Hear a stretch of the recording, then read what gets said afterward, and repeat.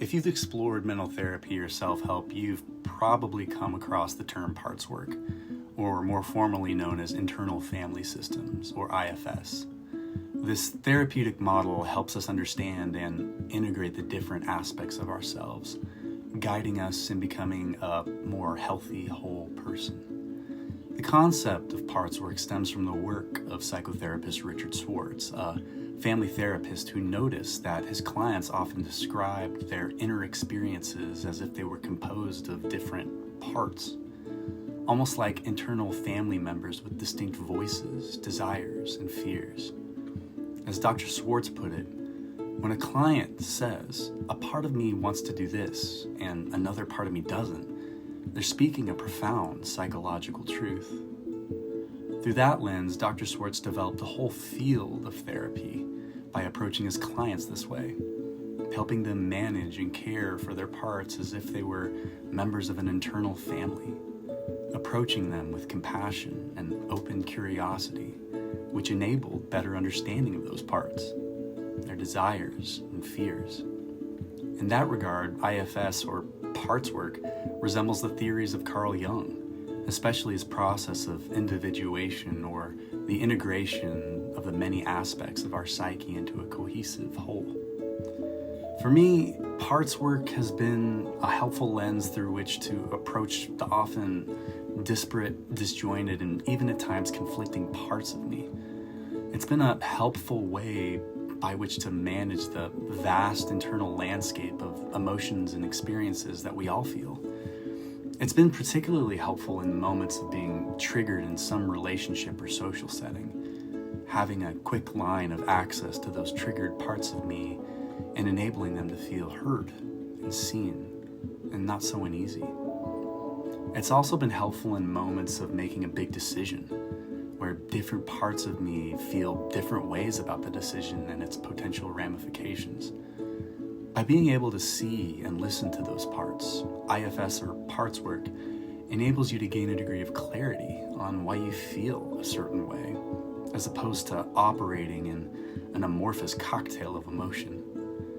For example, you might have a protector part that guards against vulnerability, or a wounded child part that holds on to past pain, or a critic that pushes you towards achievement or even anxiously towards perfection. In parts work, Dr. Schwartz emphasizes that true healing happens when we approach these parts from the perspective of our highest self, that calm, wise, and compassionate leader within us. This self embodies qualities like curiosity, courage, and compassion, acting as an internal guide to bring harmony to the many voices we have.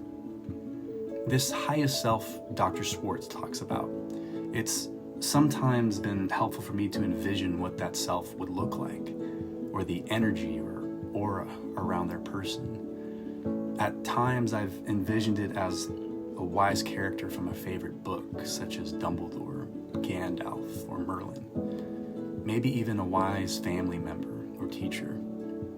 At other times, I've imagined it not so much visually, but more of a feeling or energy of expansive compassion, wisdom, and goodness.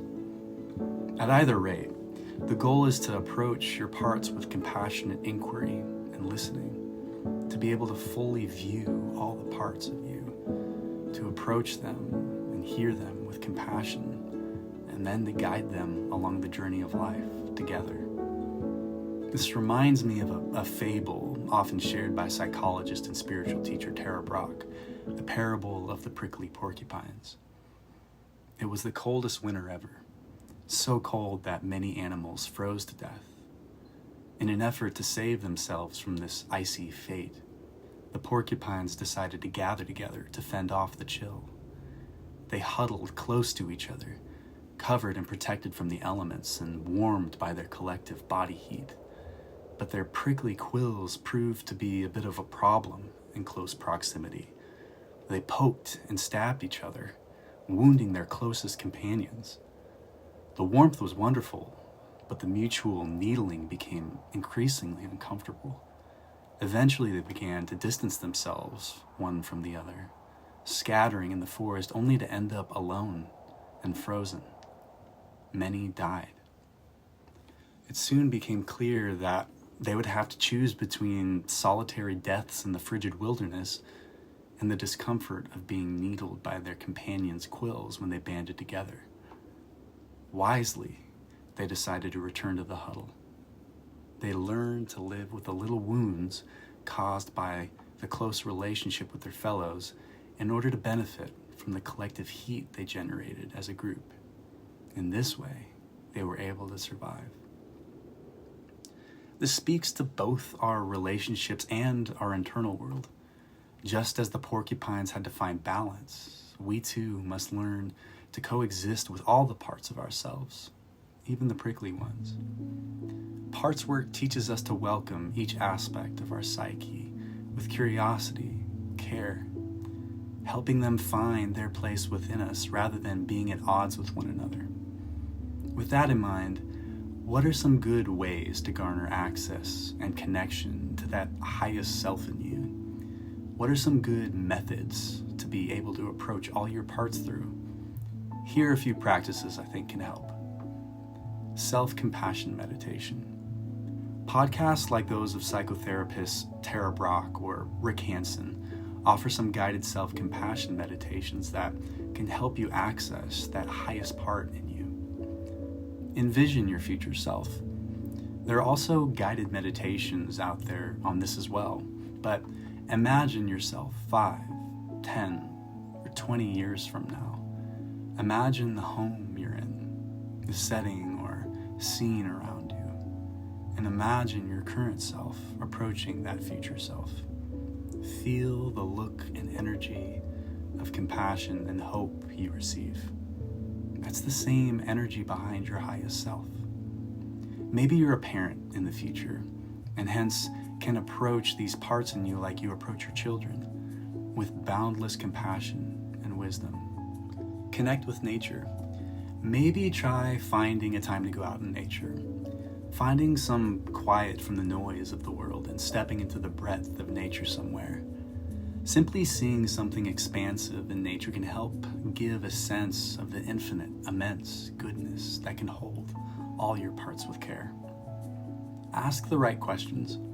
Some questions inherently have within themselves an energy of the high self. Questions like, if I had no fear, what would I do? Or, what is the most loving response to this situation?